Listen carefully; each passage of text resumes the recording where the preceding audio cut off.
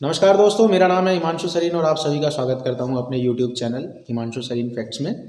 आज इस वीडियो में हम आपको बताने वाले हैं कि बिना थाने में जाए, जी हाँ, बिना पुलिस चौकी या बिना थाने में जाए कैसे आप FIR दर्ज करवा सकते हैं।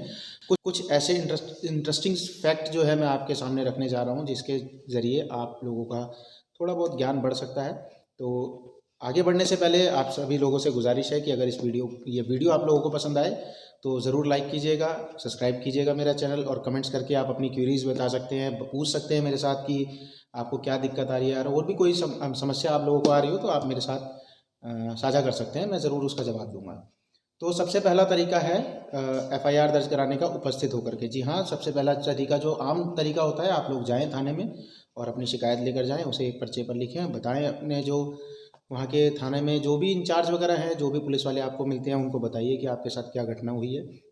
घटना घटित होने पर या FIR दर्ज कराते समय क्या बातों का आपको ध्यान रखना है, वो मैं आपको बता देता हूँ। आपने मुख्यतः 5 बातों का ध्यान रखना है: क्या, कब, कैसे, क्यों और किसने।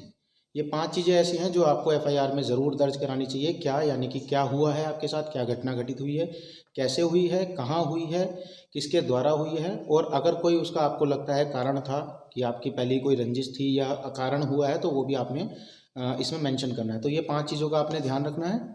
आपको ये चीज़ अपने संज्ञान में रखना है, ये चीज़ ध्यान में रखना है FIR दर्ज कराते समय कि वो घटना कब हुई है। जी हाँ, क्योंकि कई बार क्या होता है कि आप जिस समय FIR दर्ज करा रहे होते हैं वो समय कुछ और होता है, और जिस समय घटना घटित हुई है वो समय कोई और होता है। तो घटना घटित होने का और FIR दर्ज कराने के बीच में कुछ समय आ जाता है, यानी कि कुछ समय जो लगता है, चाहे वो 1 दिन का हो, 2 दिन का हो। कुछ ऐसी घटनाएं हो जाती है जिसमें पीड़ित को गंभीर चोटें लग जाती है, वो सीधा अस्पताल में भर्ती होता है। तो ऐसे स्थिति में बड़ा मुश्किल होता है कि जो जो पीड़ित है वो खुद जाए और FIR दर्ज कराए। तो ऐसी स्थिति में मैं आगे भी बताऊंगा आप क्या कर सकते हैं या पीड़ित व्यक्ति क्या कर सकता है। तो सबसे पहले आपने बात ध्यान रखनी है कब, यानी कि आपके साथ जो घटना हुई है वो कब हुई है।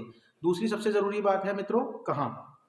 आपने ये चीज़ ध्यान रखनी है, दूसरी चीज़, कि जो आपके साथ घटना हुई है या आपके परिचित के साथ किसी के साथ घटना हुई है, तो वो कहाँ पर हुई है, वो जो घटना का स्थान है उसका निकटतम थाना कौन सा है। ये बात आपने खास तौर से अपने FIR में, कि जो घटना हुई है वो कैसे हुई है, वो प्राकृतिक रूप से कोई घटना हो गई थी या किसी ने जानबूझकर की है या फिर किसी से अनजाने में हो गई है।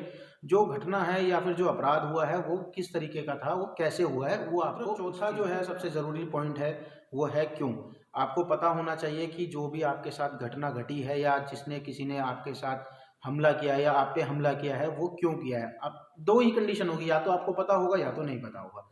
इसमें दो बातों में विशेष रूप से ध्यान रखना है। अगर आपको पता है कि आप पे जो हमला हुआ है वो क्यों हुआ है, तो आपने इस चीज़ का मेंशन ज़रूर करना है, इस चीज़ को ज़रूर मेंशन करना है आपने, कि वो अपराध क्यों किया गया है। आप अगर कोई पुरानी रंजिश आपसे किसी की रही हो तो आप उसका उसमें जिक्र, तो इसका ज़रूर ध्यान रखना है आपने किसने कि इसमें भी दो ही पॉइंट्स रहेंगे। अगर या तो आपको पता होगा कि वो अपराध जो है किसने किया है, या फिर वो आपको नहीं पता होगा वो अपराध किसने किया है। तो ऐसे में जो है FIR अपना पूरा रुख बदल सकती है, इसलिए इस पॉइंट का बहुत ज़्यादा ध्यान रखना है।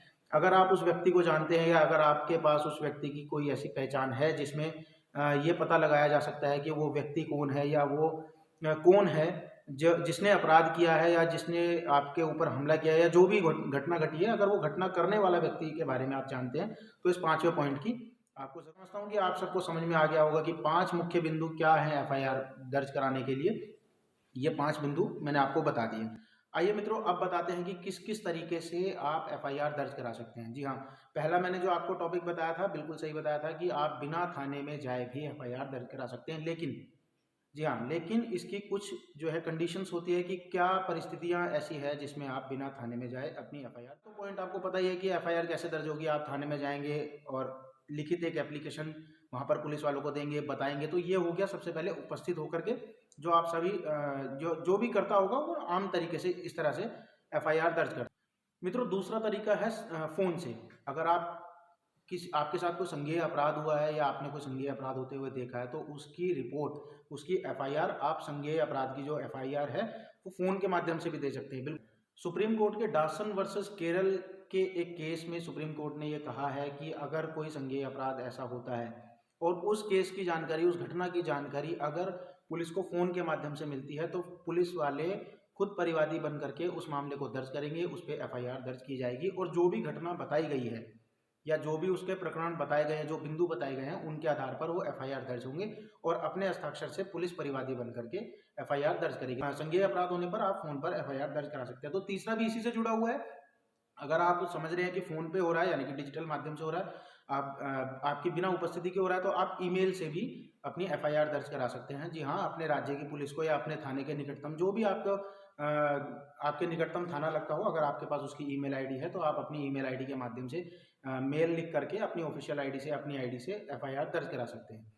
चौथा तरीका है मित्रों, परिवार या फिर किसी अन्य के व्यक्ति के माध्यम से। जी हाँ, आपके साथ अगर कोई ऐसी घटना हुई है जिसमें आप बहुत ज़्यादा पीड़ित हैं, आप बहुत ज़्यादा घायल हैं, तो उसमें आपके ही परिवार का कोई सदस्य या फिर वो व्यक्ति जिसने उस घटना को होते हुए देखा है और आप वहाँ पर थाने में जा करके एफआईआर लिखवाने में असक्षम हैं, तो वो व्यक्ति वहाँ पर आपकी उपस्थिति दर्ज करवाते हुए एफआईआर करा सकता है। ये चौथा तरीका था। आपको पांचवा तरीका मैं आपको बताता हूं मित्रों। पांचवा तरीके में क्या है कि जैसे मान लीजिए आपके ऊपर कोई हमला होता है और आप गंभीर रूप से घायल हैं, और जाहिर सी बात है जब आप गंभीर रूप से घायल होंगे तो आप अस्पताल जा रहे होंगे। अस्पताल जाते हुए या तो आपने या फिर किसी अन्य व्यक्ति ने या फिर अस्पताल के किसी कर्मचारी या डिपार्टमेंट में से किसी ने अगर पुलिस को इन्फॉर्म कर दिया कि ऐसी ऐसी घटना हुई थी, तो पुलिस का काम है कि पुलिस वहाँ पर अपना एक कांस्टेबल भेजेगी, वहाँ पर आपका जो बयान लिया जाएगा उसको पर्चा बयान बोलते हैं। उसमें आपने ये जो मैंने आपको पांचों बिंदु बताए थे, वो आपने पांचों बिंदु उसमें रखने हैं। हौसला रखना है, बिल्कुल ध्यान से आपने एफआईआर दर्ज करानी है, क्योंकि उसी पर्चा बयान के जो बेस पे है वो एफआईआर दर्ज होगी। तो ये 5 तरीके मैंने आपको बताए हैं एफआईआर दर्ज कराने के, कि किन 5 तरीकों से आप एफआईआर दर्ज करा सकते हैं। मुझे लगता है आप लोगों की सबको समझ में आ गया होगा कि किन 5 तरीकों से और कैसे कैसे आप एफआईआर दर्ज करा सकते हैं और क्या क्या बातों का आपने ध्यान रखना है अपनी एफआईआर दर्ज कराते समय। आप सभी लोगों को अगर और भी कुछ पूछना हो, और भी कुछ जानना हो, तो मैं बहुत सी वीडियोज़ अभी बना रहा हूँ, और आप सभी से गुजारिश करूंगा कि मेरा चैनल जरूर सब्सक्राइब करें, लाइक करें, शेयर करें, कमेंट करें। अगर मेरे से कोई भी जानकारी आपको चाहिए हो तो आप कमेंट सेक्शन में अपना कमेंट कीजिए और मैं ज़रूर उसका जवाब दूंगा। जय हिंद।